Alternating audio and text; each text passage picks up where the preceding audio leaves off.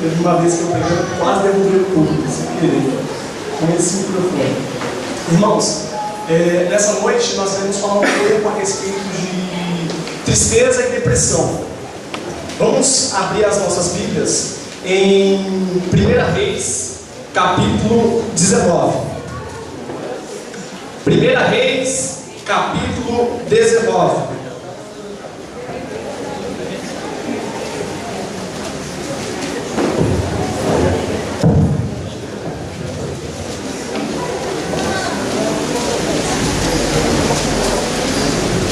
Reis, capítulo 19. Otan, tem como apagar uma dessas luzes para que eles possam ver melhor o slide? Por gentileza. 1 Reis, capítulo 19. Todos acharam? Amém? Amém? Tá bom, então, vamos lá. Em 1 Reis, capítulo 19, fala a respeito de um momento em que Deus teve que lidar com o profeta Elias. É uma passagem bem conhecida, eu acredito que todos já ouviram. Vamos orar? Senhor Deus, meu Pai, eu quero te agradecer, Deus, pela oportunidade de estarmos aqui para te adorar, Senhor. Como diz uma canção, se não for para te adorar, Deus, para que nascemos, Pai. Então, Deus, nós te agradecemos, Pai, pelo privilégio de poder te adorar, Senhor. Nós te agradecemos por essa chuva que caiu, Deus. Nós te agradecemos, Pai, porque o Senhor nos trouxe até aqui, Pai. E o maior privilégio é nosso, Pai, de poder estar aqui e se derramar na Tua presença. Dizer que o Senhor é bom, que o Senhor é santo, que o Senhor é grande, que o Senhor é o Deus de nossas vidas e famílias. Pai, pedimos que o Senhor nesse momento possa ministrar os nossos corações. Espírito Santo de Deus, ministra sobre a vida do teu povo aquilo que lhe apraz, aquilo que realmente o teu povo necessita, não aquilo que queremos, Deus, mas aquilo que realmente necessitamos, aquilo que realmente necessitamos, Espírito Santo de Deus. Essa é a minha oração, em nome de Jesus. Amém. Irmãos, tristeza é um sentimento que todos nós já sentimos, ou estamos sentindo, ou iremos sentir.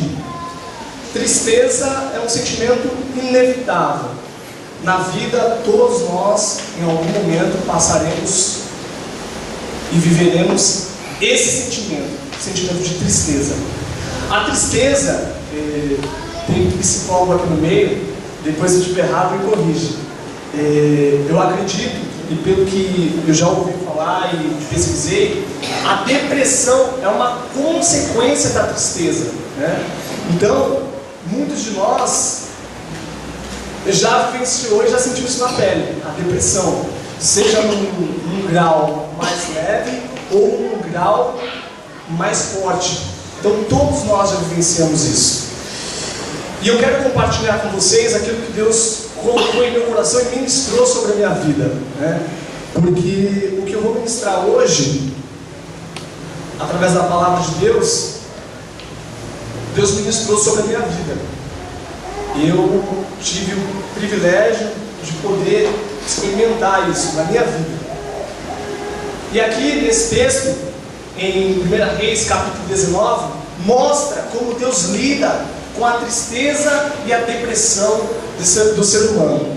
Existem muitas coisas que podem levar o ser humano a uma situação de tristeza, a uma situação de depressão. Seja a perda de um ente querido, seja de repente o desemprego, seja de repente uma ameaça, seja de repente, sei lá, tantas coisas podem causar em nós o sentimento de tristeza. Muitas coisas.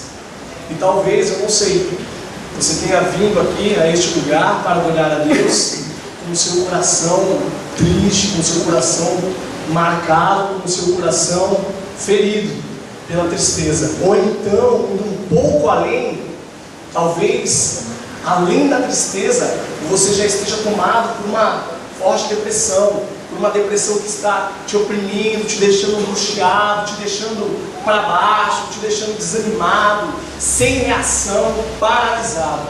Então talvez você tenha entrado aqui com essas características, triste ou depressivo. Só que Deus, Ele é especialista. Deus também sabe tratar com as nossas tristezas. Deus também sabe tratar com a depressão. Não estou querendo dizer ou desmerecer a parte médica, os psicólogos que cuidam disso também. Isso é importante. Inclusive teve uma época em que eu tive que fazer terapia junto com a Pamela, porque a Pamela não sabia se realmente queria casar comigo ou não. Vai perder um peixão desse. Para eu não perder esse peixão, eu vou fazer terapia, vamos lá. E me ajudou muito, né? Então assim, não desprezando, isso também é muito importante. Se houver necessidade, a gente precisa também recorrer a isso. Bom, vamos ler então a palavra de Deus. Capítulo 19, diz assim: Acabe fez saber a Jezabel tudo quanto Elias havia feito, e como matara todos os profetas à espada. Então Jezabel mandou um mensageiro a Elias, a dizer-lhe: faça-me os deuses, como lhes aprouver, se amanhã a estas horas não fizer eu a tua vida, como fizeste a cada um deles. Só este versículo. Coloca o primeiro slide para mim, por gentileza. O primeiro. É uma afirmação aqui, só faltou o ponto de exclamação. Sai do deserto.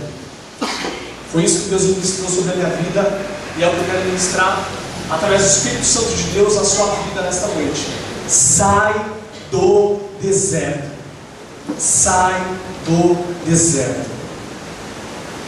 Talvez vocês estão pensando, mas a história de Elias não faz uma relação com a caverna? Não. Também.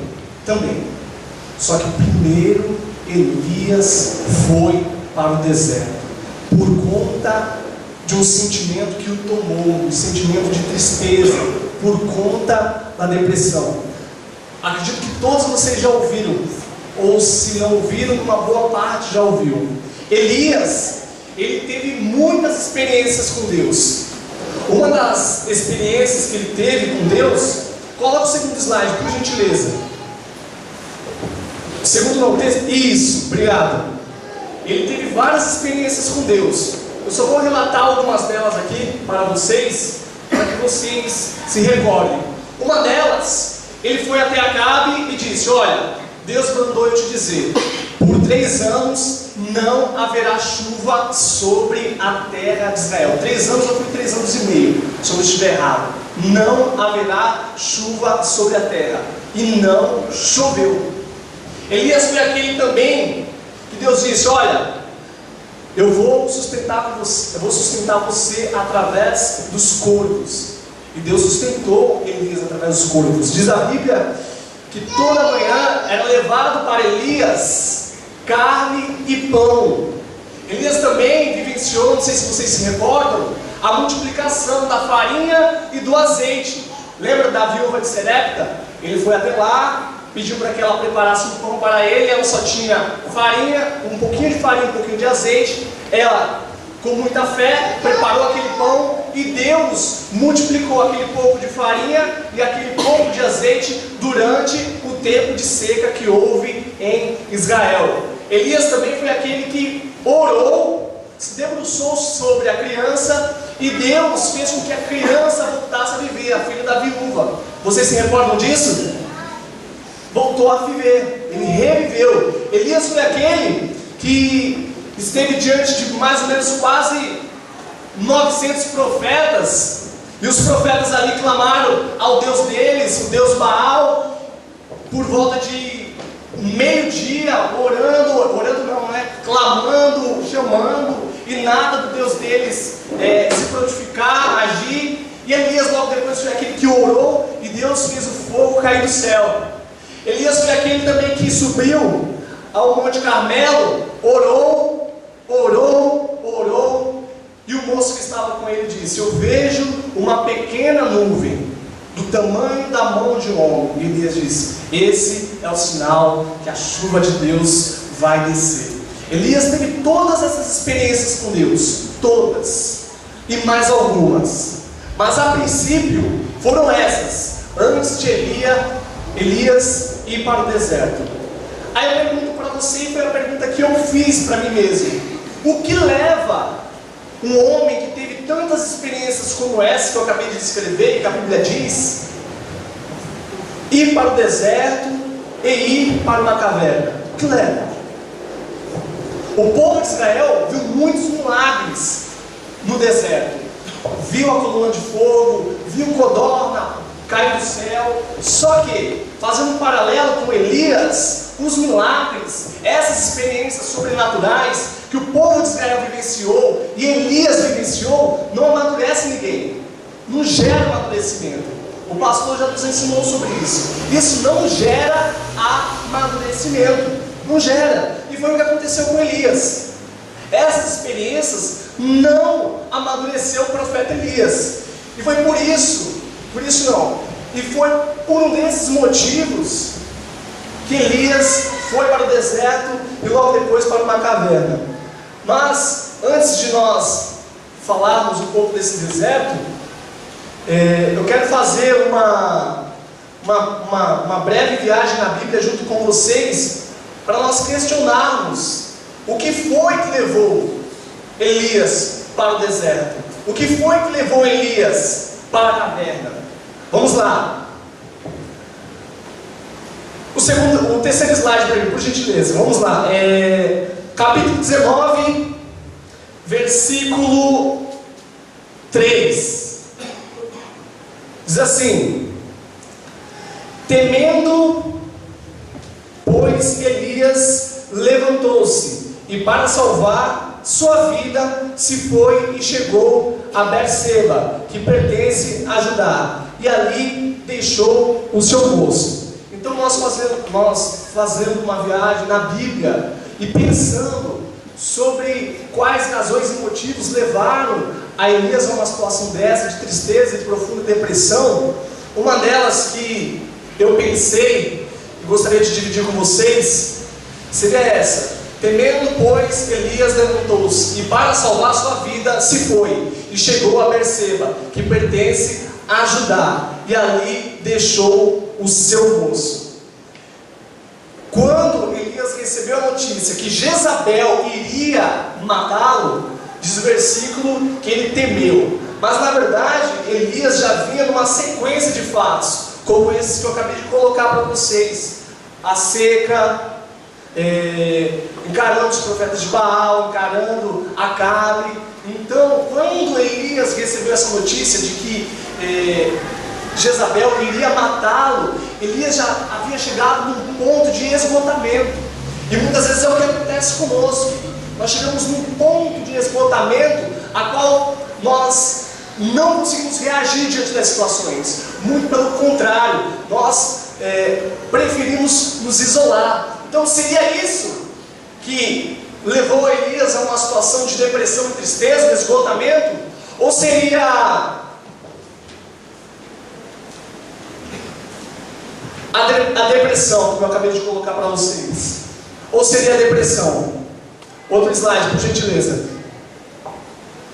A depressão. Versículo 4 diz assim: se assentou debaixo de um zimbro e pediu para si a morte, e disse: basta, toma agora, ó Senhor, a minha alma, pois não sou melhor do que meus pais. Seria a depressão? Seria a depressão que tomou Elias de tal maneira e fez com que o profeta fosse ao deserto, fosse à caverna? Ou seria a tristeza profunda? E eu acredito que muitos de vocês já passaram e estão passando por isso, assim como eu. Versículo 5 diz assim: deitou-se e dormiu debaixo do zimbro. Essa é uma característica de uma pessoa depressiva, triste, profundamente. Quis dormir Para quê? Para poder fugir daquela realidade. Seria a tristeza profunda que levou o profeta ao deserto?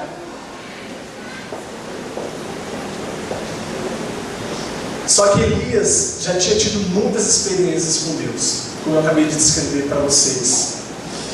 E todas essas experiências que ele vivenciou com Deus, se percebe que foram situações difíceis, e ele encarou. Ele encarou. E diante desses pontos que eu acabei de colocar para vocês, a respeito do esgotamento, da depressão, da tristeza profunda, da situação desfavorável, se percebe que não foi nada disso que empurrou Elias para o deserto ou para a caverna. Esse monte de situações que tomou o profeta colaborou, mas quem foi para o deserto, quem se permitiu a viver tudo isso, foi o próprio Elias. O que eu quero dizer com isso? Que com relação às nossas tristezas e depressões, com relação às situações difíceis que nós enfrentamos, de esgotamento, com relação a ministério, com relação a trabalho, com relação a relacionamento, uma tristeza profunda por conta de uma perda de um ente querido, por conta de uma traição, por conta de uma frustração ou decepção, nada disso. Isso pode colaborar, mas isso não é determinante para nos levar a uma situação como essa, a uma situação de sequidão, que foi a que Elias teve que vivenciar, uma situação desértica. Nada disso. Foi o próprio profeta que foi para o deserto, foi a própria humanidade de Elias. E é o que acontece conosco com relação às nossas tristezas, com relação às nossas depressões. Somos nós que permitimos que elas nos tomem de tal maneira que a gente se renda àquela situação, porque nós sabemos, entendemos através da palavra, ou de repente através de um conselho que já foi dado, que devemos reagir. Então foi o próprio profeta, foi a sua própria humanidade, a sua própria humanidade. Diz assim o versículo 4, 8 e 9, acompanhe por gentileza. Ele mesmo, porém, se foi ao deserto. Levantou-se, pois, comeu e bebeu, e com a força daquela comida caminhou 40 dias e 40 noites até Horebe, o monte de Deus. Só até aqui. Então, o próprio versículo, no início dele diz, ele mesmo. Então não foi a depressão, não foi a tristeza, isso colaborou, mas o determinante foi a rendição de Elias. O próprio Elias resolveu ir para o deserto. Com relação à sua vida, com relação à minha vida, o que o Espírito de Deus quer propor a mim e a você é que venhamos se refletir. Talvez nós tenhamos as nossas justificativas, mas o que fica muito claro, se pararmos para pensar a situação que eu e você estamos enfrentando hoje, de deserto, fomos nós mesmos que nos rendemos e fomos para lá. Fomos nós mesmos que decidimos ir para lá, assim como Elias. Então, a própria humanidade do profeta, a nossa própria humanidade, que nos leva a situações como essa. Então, não foram determinantes as situações que ele enfrentou, e sim a própria rendição dele. Onde eu quero chegar com isso? Para poder trazer a você uma reflexão sobre a sua vida, assim como Deus me fez refletir sobre a minha vida tempos atrás, quando Deus me levou a ler essa passagem. Então reflita nesse momento, deixe que o Espírito Santo de Deus possa vasculhar o seu coração, para que você entenda que o deserto, a caverna, a qual hoje você se encontra, que eu me encontro, fomos nós mesmos que decidimos ir para lá. Só que Deus, Ele, como eu disse no início, Deus, Ele sabe lidar com a gente, é o nosso Criador, sabe bem quem nós somos, sabe bem a respeito dos nossos sentimentos, sabe bem a respeito das nossas defesas, das nossas justificativas. Deus nos conhece bem, assim como conhecia bem o profeta Elias. Agora vamos parar para pensar e vamos ver o que a palavra diz sobre a forma que Deus lidou com o profeta. É a mesma forma que Deus quer lidar comigo e lidar com você, com relação à nossa tristeza, com relação à nossa depressão, seja ela um grau leve ou um grau forte, não sei se seria essa a maneira correta de definir. Vamos ver a maneira especial e genuína, tão única, a qual Deus lidou com o profeta. Diz assim, no versículo 6, dê uma lida comigo: comeu, bebeu e tornou a dormir. Comeu, ou melhor, desculpa, versículo 5.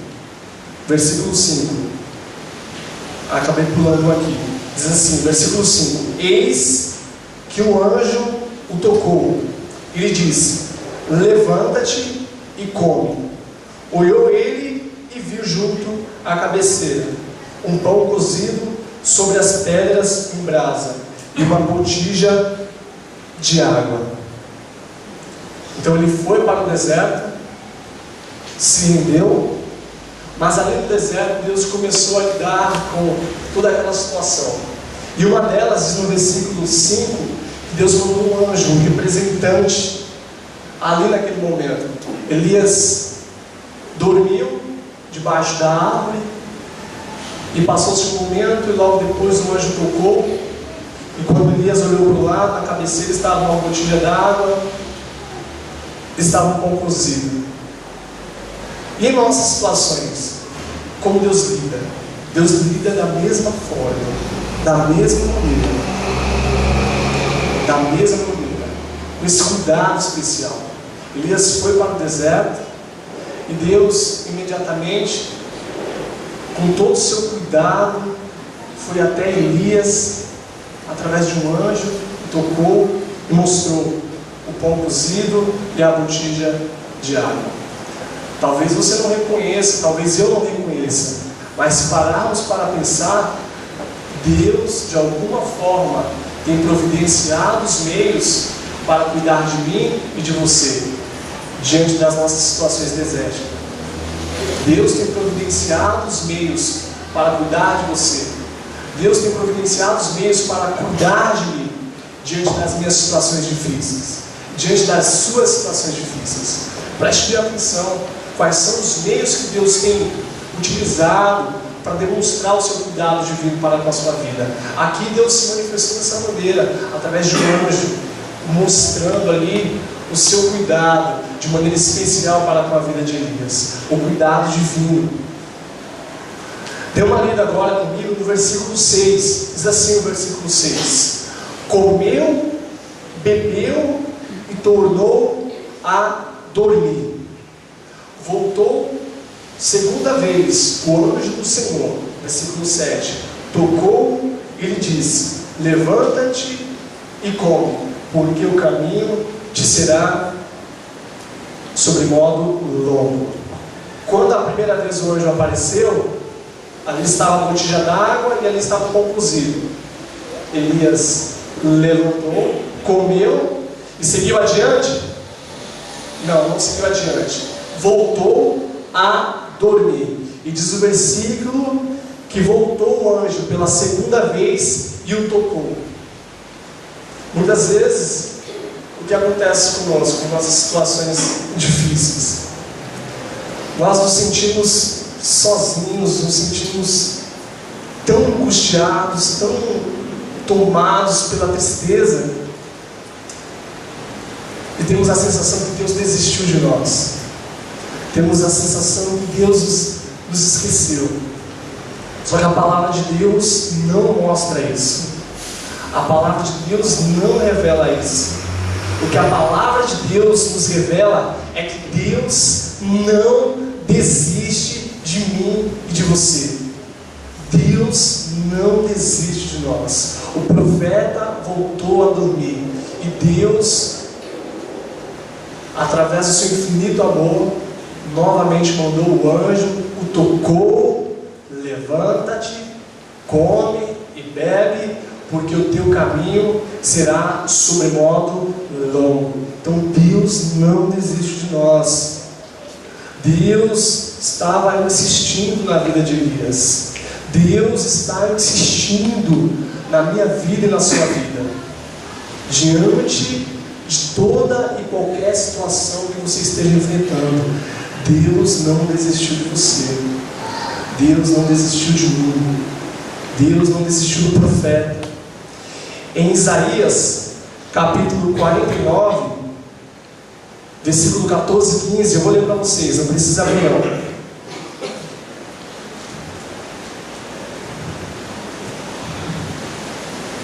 Diz assim: mas Sião diz: o Senhor me desamparou, o Senhor se esqueceu de mim. E no versículo 15 diz assim: Deus responde através do profeta: acaso pode uma mulher esquecer-se do filho que ainda mama, de sorte que não se compadeça do filho de seu ventre? Faz uma pergunta. Mas ainda que essa viesse a se esquecer dele, eu todavia não me esquecerei de ti, diz a palavra de Deus. Deus não esqueceu do profeta. Entenda isso, assim como eu tive que entender também. Deus não desiste de nós, seja qual for a circunstância que estejamos enfrentando. Acaso pode uma mãe esquecer-se do seu filho? Acaso pode uma mãe não se compadecer do filho do próprio ventre? Isso acontece. Acontece nos nossos dias. Nós vemos na televisão notícias de que a mãe abandonou, lançou na lata do lixo. Nós não vemos situações como essa. Mas Deus não. Deus não desiste de nós, seja qual for a circunstância que estejamos enfrentando. Deus não desiste de nós. Além do cuidado divino de Deus, Deus continua insistindo na minha vida e na sua vida. Vamos um pouquinho adiante. No versículo 8 diz assim: levantou-se, pois, comeu e bebeu com a força daquela comida. Caminhou 40 dias e 40 noites até Horebe, o monte de Deus. Levantou-se, pois, comeu e bebeu, e com a força daquela comida caminhou 40 dias e 40 noites até Horebe, o monte de Deus. Elias conseguiu caminhar 40 dias e 40 noites até o monte Horebe, porque Deus estava sustentando o profeta. Ele comeu e bebeu, e com aquele sustento, Elias caminhou 40 dias, 40 noites. Já pensou? 40 dias caminhando, foi o que Elias vivenciou. Então Deus estava sustentando Elias. Em outras palavras, Deus estava dizendo: prossegue, Elias, prossegue, Elias, prossegue. E é o que Deus está dizendo para você nessa noite. É o que o Espírito Santo está dizendo para você nessa noite. Prossegue, prossegue. Não fica prostrado, prossegue. Sabe por que nós devemos prosseguir? Porque Deus, Ele tem providenciado os meios para cuidar de mim, de você. Deus tem providenciado o meu e o seu suprimento. Então não existe contra-argumento diante de Deus para que nós possamos dizer: Deus, eu não posso prosseguir. Você pode prosseguir. Você pode prosseguir. Não é a tristeza que pode parar você. Não é a depressão que pode parar você. Não é o término de um relacionamento que pode parar você. Não é a perda de um ente querido que pode parar você. Não é o desemprego, não é uma crise. Nada disso pode separar eu e você do amor de Deus. Nada disso pode fazer com que nós fiquemos estagnados, parados. Porque Deus, diante das nossas circunstâncias difíceis, de tristeza e depressão, Deus provém o suprimento e nos diz: prossegue, prossegue, prossegue, prossiga, não pare, não pare, seja qual for a circunstância que você esteja enfrentando, prossiga, não fique prostrado, não fique prostrado, porque Deus aposta na minha vida e na sua vida. Então Elias esteve esse meio tempo no deserto. Esse meio tempo que Elias esteve no deserto, meio tempo só um modo de dizer, porque foram momentos intensos, momentos torturantes com relação à depressão, com relação à tristeza profunda. O profeta chegou a desejar a morte. Eu sou melhor que os meus pais, então é melhor que eu morra, é melhor que eu deixe de existir. O profeta desejou a morte. Então foram momentos intensos, não foi uma pincelada, ele viveu isso de maneira rápida, não, muito pelo contrário. São aqueles momentos angustiantes que talvez você esteja enfrentando, que eu esteja enfrentando, ou já enfrentou. São momentos intensos, fortes, que nos fazem até mesmo pensar em coisas que temos até mesmo, às vezes, vergonha de dizer e admitir, às vezes vontade de morrer, às vezes vontade de saltear a própria vida, de lançar a própria vida fora. Então foi um momento tenso naquele deserto. Não foi fácil para eles. E logo depois, como diz a palavra, ele prosseguiu. Comeu, bebeu, e um anjo disse: segue, Elias, porque o caminho é longo. E sabe para onde Elias foi? Alguém pode me dizer? Depois do deserto? Caverna. Elias não foi primeiro para a caverna, ele foi primeiro para o deserto. Ele quis se isolar no deserto. Aonde você está querendo se isolar? Aonde você está querendo se esconder? Aonde você está querendo se esconder? Aonde você está querendo ficar quietinho, para que ninguém te veja, para que ninguém te note?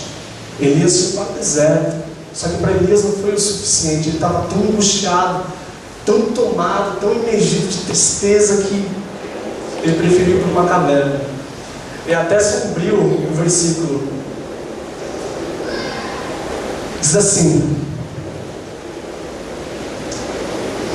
eu vou ler para vocês.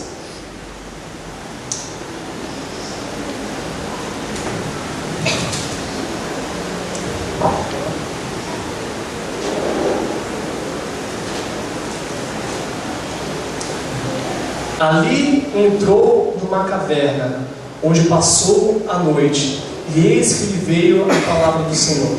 Ali entrou numa caverna, onde passou a noite. Irmãos, se nós formos para pensar, uma caverna durante o dia já é complicado. É interessante você entrar para verificar como é que é, mas é escuro, são poucos os pontos de luz.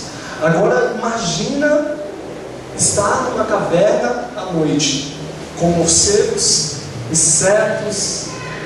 É um lugar frio, gelado, com animais peçonhentos. E o profeta saiu do deserto e foi para uma caverna. Por isso que eu nomeei essa segunda parte parecidamente com a primeira. Sai da caverna. Sai da caverna.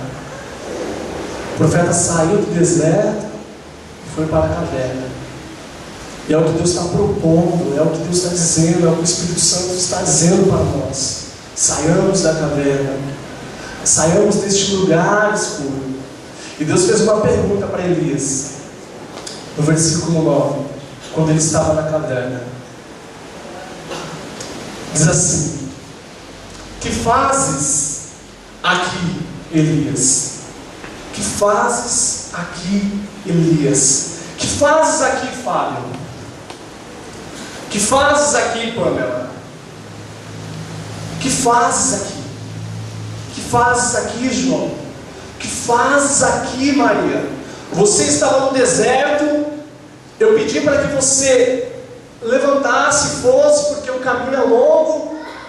Você deveria ir para Damasco, e ao invés de ir para Damasco, você foi para o Monte Sinai. E além de ir para o Monte Sinai, não bastou, você foi para uma caverna. Que fazes aqui, Elias? Que fazes aqui, Elias? Que fazes aqui, Fábio? Isso me faz pensar em que Deus se importa com a nossa situação. Deus se importa com a nossa realidade. Por isso esse questionamento de Deus. E por isso a segunda pergunta, assim, o nome de Elias. Imagine, ao invés do nome de Elias, imagine o seu nome. Que fazes aqui, Fábio? Que fazes aqui, João? Que fazes aqui, Maria? Que fazes aqui, Pamela? Nessa caverna? O que fazes aqui? É o que Deus está perguntando para você. O que fazes aqui, nesta caverna? O que fazes aqui? Coloque ali, o seu nome, ao invés do nome de Elias. E continue refletindo sobre essa pergunta, porque é a pergunta que Deus está fazendo para você nessa noite.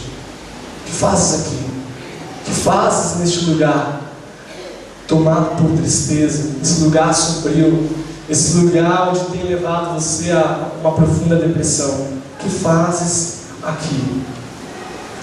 No versículo 10 e 14 do capítulo 19, Deus começa a lidar de maneira mais profunda com Elias. Agora, num outro contexto, numa caverna. No versículo 10 e 14 diz assim: ele respondeu: tenho sido zeloso pelo Senhor. Ele respondeu para Deus: Deus dos exércitos, porque os filhos de Israel deixaram a tua aliança, derribaram os teus altares e mataram os teus profetas à espada, e eu fiquei só e procuraram tirar-me a vida. Deus fez a pergunta para ele por duas vezes: que fazes aqui, Elias? E por duas vezes Elias deu a mesma resposta: ah, Senhor, Deus dos exércitos, porque os filhos de Israel deixaram a tua aliança, o pacto com o Senhor, derrubaram os teus altares, mataram os teus profetas à espada, e eu fiquei só. Procuram tirar-me a vida. Elias totalmente depressivo, tomado pela tristeza, tomado pela angústia. Só que Deus, no seu infinito amor, Deus não estava interessado em mandar Elias em fazer o serviço que ele havia parado. Deus começa a lidar com Elias. E muitas vezes é o que nós nos esquecemos.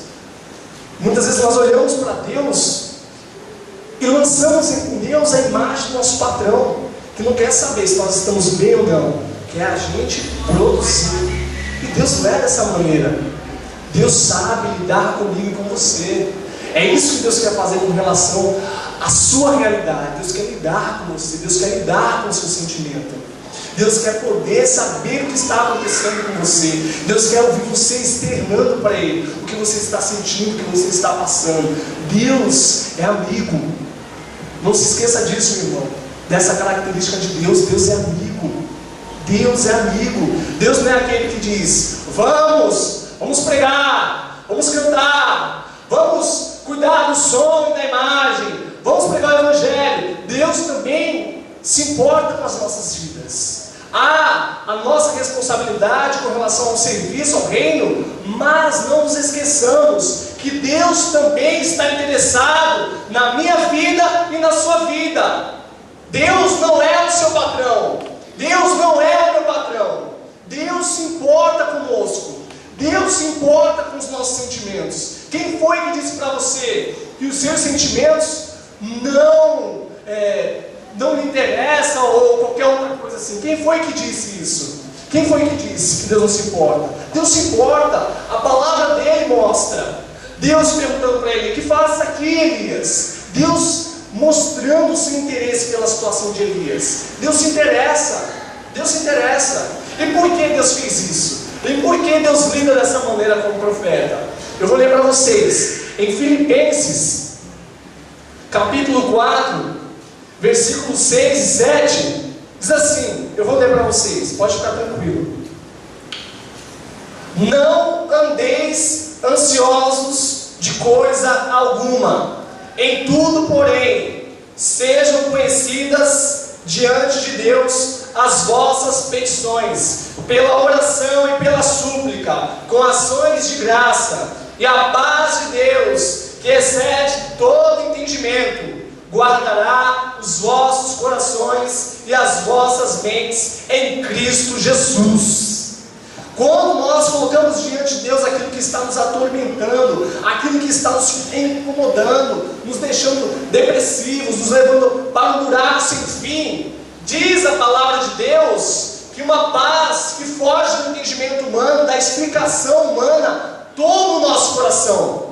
Toma o nosso coração, guarda o nosso coração. É o que eu e você precisamos. Nós precisamos da paz de Deus. Nós precisamos que a paz de Deus tome o nosso coração. Nós precisamos que a paz de Deus nos envolva. O mundo quer nos engolir. Nós precisamos ter a paz de Deus.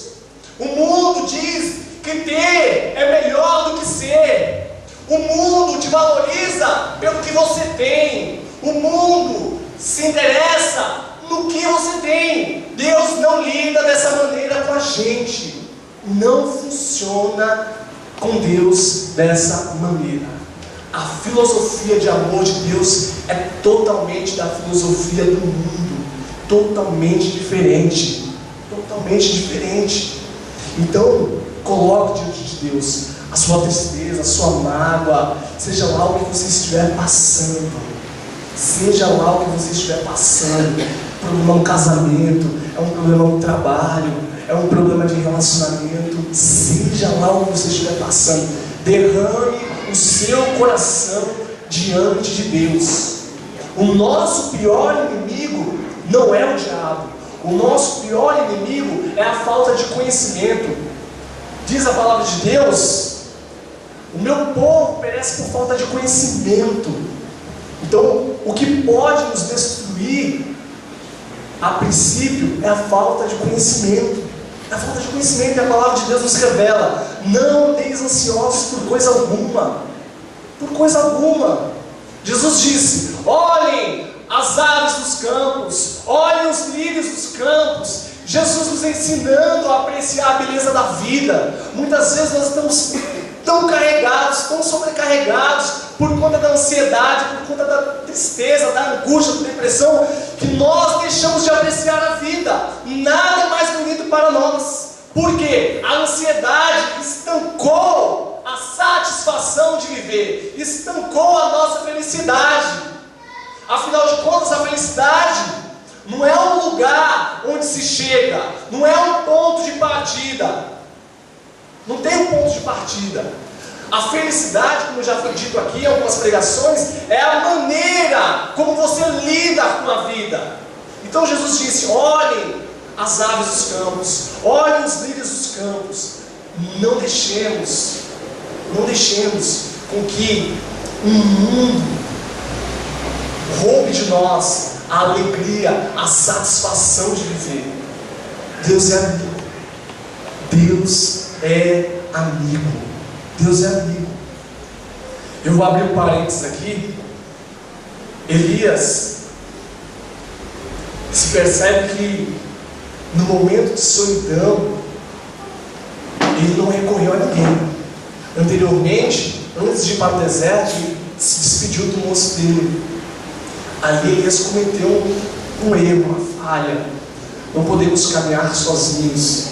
Em Eclesiastes diz que é melhor dois do que um, porque se um cair, o outro ajuda a levantar.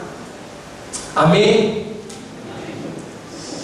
Vamos dar uma lida no versículo 11, 12 e 13. Diz assim: disse-lhe Deus: sai e põe-te neste monte, perante o Senhor, perante eu. Eis que passava o Senhor, e um grande e forte vento fendia os montes, e despedaçava as penhas diante do Senhor. Porém, o Senhor não estava no vento. Depois do vento, um terremoto, mas o Senhor não estava no terremoto. Depois do terremoto, um fogo, mas o Senhor não estava no fogo. E depois do fogo, um cicio, tranquilo e suave. Ouvindo Elias, envolveu o rosto no seu manto, e saindo, pôs-se a entrada na caverna. Eis que lhe veio uma voz e lhe disse novamente: que fazes aqui, Elias? Que fazes aqui, Elias? Deus insiste em perguntar para você o porquê dessa situação, o porquê dessa tristeza, o porquê dessa depressão. Deus já sabe, mas Deus quer ouvir. Deus quer que externemos isso para Ele. Deus insiste. Deus insiste. E logo depois Deus pede: Elias, sai da caverna, põe-te fora da caverna. Elias saiu? Alguém pode me responder? Elias saiu? Oi? Não. Elias ficou na caverna. Elias saiu apenas depois. Apenas depois. Eu também pensava dessa maneira, mas depois de uma lida cuidadosamente, Elias não saiu. Veio o vento forte, veio o terremoto, veio o fogo. Só que antes disso, Deus já havia pedido para ele. Antes desses acontecimentos, Deus já tinha dito para ele: sai da caverna, põe-te fora da caverna. Mas Elias não saiu. Depois desses 3 acontecimentos, a Bíblia diz que veio um cicio tranquilo, uma voz. Sabe quando a sua esposa fala no seu ouvido: boa noite, amor, tudo bem com você? Ou então aquele abraço da sua mãe, o abraço do seu pai, um abraço de um amigo, um abraço de uma pessoa que gosta muito de você, você sente isso. Sabe esses momentos bons que a gente vive? Foi um momento como esse, fazendo uma comparação. A voz de Deus de maneira suave. Veio o terremoto, veio o vento, veio o fogo. Aí logo depois a Bíblia tem essa delicadeza em dizer que veio um cicio tranquilo. Que fazes aqui, Elias? Que fazes aqui? Mas Deus, Ele é tão perfeito, conhece tão bem quem eu e você somos, que essa voz encorajou Elias. Diz a Bíblia que depois ele seguiu o caminho que ele deveria seguir para Damasco, fazer o serviço que ele precisava fazer para Deus. Mas antes disso veio a voz encorajadora de Deus. E é o que Deus está fazendo nessa noite comigo e com você. Deus pergunta: o que fazes aqui? O que fazes aí? Deus não reservou, Deus não planejou uma caverna para Elias. Deus não planejou aquele deserto para Elias. Mas as circunstâncias, a própria humanidade de Elias o levou a viver aquilo. A própria circunstância, as situações, as dificuldades da vida nos levam para essas situações. E Deus permite. Deus não nos trata como se fôssemos bonecos, manipulando, controlando. Não, pelo contrário, Deus deixou ele ir para a caverna. Deus deixou ele ir para o deserto. E Deus ali soube tratar com ele. E é o que Deus propõe para mim e para você nessa noite. A voz encorajadora de Deus diz: sai do deserto, sai da caverna. O que tem tomado a sua felicidade, a alegria de viver? Eu pergunto para você: o que tem tomado? Pensa aí você. Qual é a caverna? Qual é a escuridão que tem assombrado você? O que é que tem roubado as suas noites de sono? O que é que tem roubado o prazer de levantar e dizer: mais um dia de vida. O que tem roubado o prazer de agradecer a Deus. Deus, obrigado por esse café da manhã, obrigado por esse almoço, obrigado pela minha janta. Obrigado, Deus, pelo dia que eu tive, obrigado porque o Senhor me guardou. O que tem roubado o seu prazer de viver? O que tem roubado a sua alegria? Deus não planejou uma caverna para você. Deus não planejou uma caverna para mim. Muito pelo contrário, Deus tem propósitos, Deus tem planos, Deus tem sonhos, Deus tem serviço, Deus tem muitas coisas para realizar através da minha vida e da sua vida. Deus tem projetos maravilhosos para as nossas vidas. Hugo, coloca para mim, por favor, o vídeo para que eles possam assistir.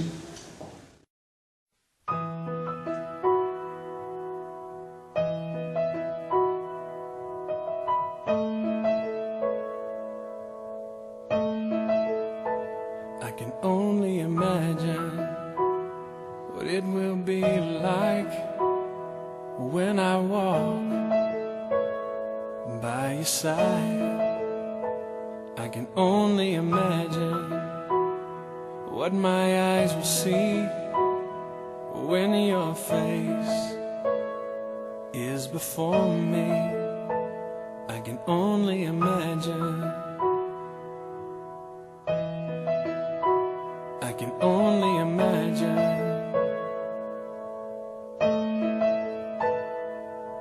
Surrounded by your glory, what will my heart feel? Will I dance for you, Jesus? Or in awe of you be still? Will I stand in your presence? To my knees or will I fall? Will I sing hallelujah? Will I be able to speak at all? I can only imagine. I can only imagine. I can only imagine when that day comes, when I find myself standing in the sun. I can only imagine when all I would do is forever, forever worship you. I can only imagine. I can only imagine.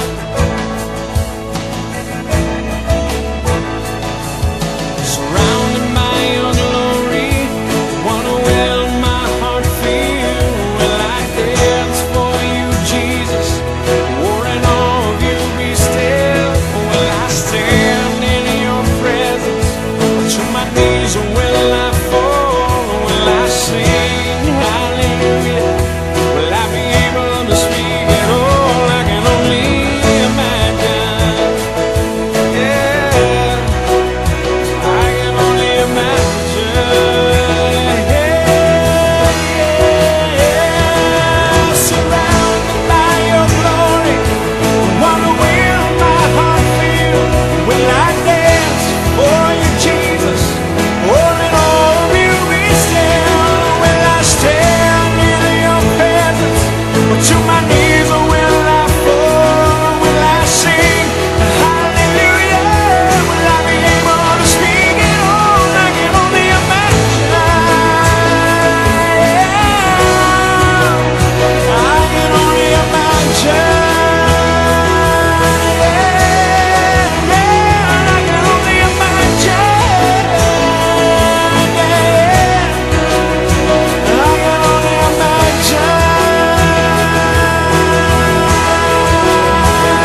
can only imagine. I can only imagine.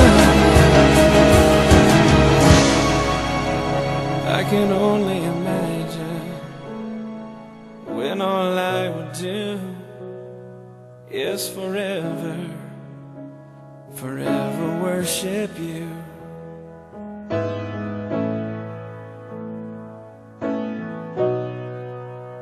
I I can only imagine.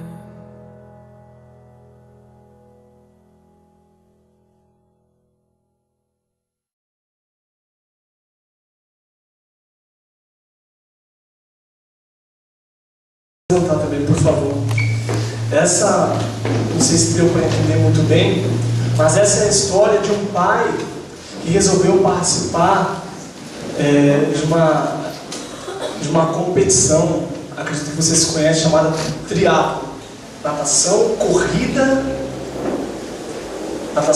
e ciclismo. Meu filho com uma paralisia cerebral, se eu não estou enganado, e a pedido do filho ele se dispôs. Nadou, colocou o filho num bote. Isso me faz pensar que Deus faz da mesma maneira. Quando nós estamos numa tempestade, quando nós estamos a ponto de naufragar, Deus manda um bote e nada por nós, assim como aquele pai nadou. Deus nos coloca nos braços e nos leva na sua humilde bicicleta para onde for necessário, simplesmente para não nos ver paralisados, parados. Se for necessário, Deus também envia anjos, como enviou para Elias. Deus envia. Esse vídeo ele retrata bem o amor de Deus dessa maneira com relação a nós. Essa atitude desse pai foi muito bonita e mostra o que Deus faz conosco. Deus ele está disposto a caminhar com a gente, como diz lá fora, a fechar com a gente, independente do que estiver acontecendo. Deus fecha com a gente. Então esse filme ele representa bem o amor de Deus. E o que representa melhor ainda o amor de Deus pela minha vida e pela sua vida foi o que ele fez. Ele deu o seu único filho. Eu quero dizer que Deus te ama. Que Deus te ama. Que Deus quer que você prossiga. Deus quer que você saia da caverna. Deus quer usar a sua vida para abençoar outras vidas. Deus quer usar a sua vida para alcançar a vida dos aflitos, aqueles que estão precisando ouvir uma palavra amiga, aqueles que estão prostrados.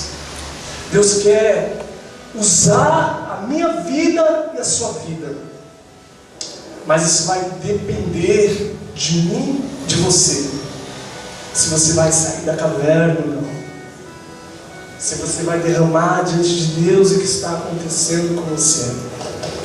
Porque derramando diante de Deus, Deus vem com o seu bálsamo, vem com a sua paz.